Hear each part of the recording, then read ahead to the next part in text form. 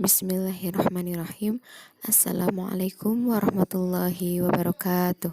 Halo teman-teman, perkenalkan nama saya Tifana Salsabila Tifatul Zahra. NPM saya 19033659. Saya dari semester 3C Prodi Pendidikan Agama Islam. Saya membuat video ini guna memenuhi tugas psikologi belajar. Di sini saya akan memaparkan materi tentang cara belajar dengan baik. Sebelum masuk ke materi, saya akan bahas terlebih dahulu belajar bagi para siswa hingga mahasiswa adalah sebuah kewajiban sebagaimana predikatnya sebagai pelajar. Pelajar yang baik tentunya harus belajar yang baik. Belajar yang baik adalah belajar yang menghasilkan peningkatan pengetahuan, sikap, dan atau keterampilannya. Nah, selanjutnya bagaimana cara belajar yang baik dan benar? Mari kita simak dengan baik ya teman-teman. Yang pertama yaitu belajar kelompok. Dalam belajar kelompok, kegiatannya adalah membahas pelajaran yang belum difahami oleh semua atau sebagian kelompok belajar. Cara ini digunakan untuk saling bertukar pikiran dan bertukar pendapat antar anggota kelompok. Yang kedua yaitu rajin membuat catatan intisari pelajaran. Bagian-bagian penting dari pelajaran sebaiknya dibuat catatan di kertas atau buku kecil yang dapat dibawa kemana-mana, sehingga dapat dibaca dimanapun kita berada. Namun catatan tersebut jangan dijadikan media mencontek karena dapat merugikan kita sendiri. Yang ketiga yaitu membuat perencanaan yang baik.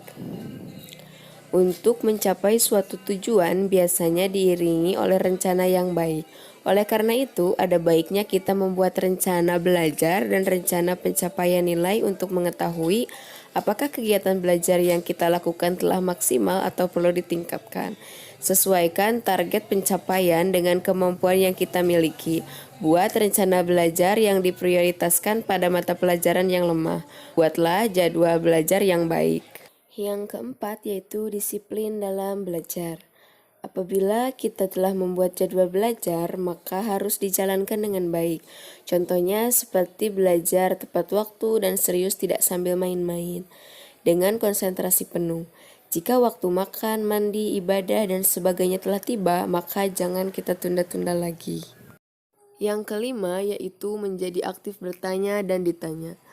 Jika ada hal yang belum jelas, maka tanyakan kepada guru, teman, atau orang tua.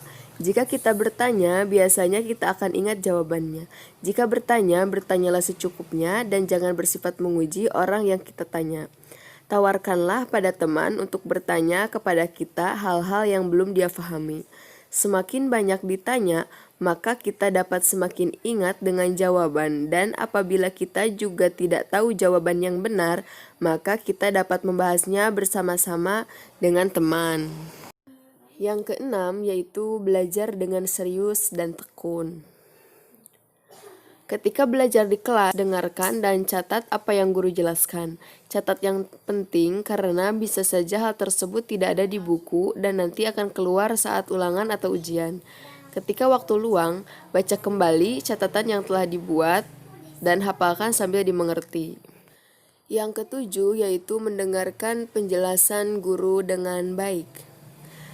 Jawablah setiap pertanyaan yang diajukan oleh guru. Apabila kamu mengetahui jawabannya, jangan menunggu guru untuk memanggil kamu untuk menjawab pertanyaan. Yang kedelapan yaitu jangan malu untuk bertanya. Selalu ajukan pertanyaan kepada guru apabila tidak mengerti tentang suatu hal. Yang kesembilan yaitu niat dengan sungguh-sungguh. Kalau belajar tidak sungguh-sungguh ataupun tidak niat, yang ada malah pikiran kita melayang kemana-mana. Entah itu tentang makanan, games, lawan jenis, dan lain-lain. Oleh sebab itu, belajar yang baik dimulai dengan niat yang sungguh-sungguh. Yang terakhir atau yang ke-10 yaitu hindari sikap tidak jujur. Sekarang ini banyak siswa membuat catatan untuk mencontek saat ada ulangan atau ujian.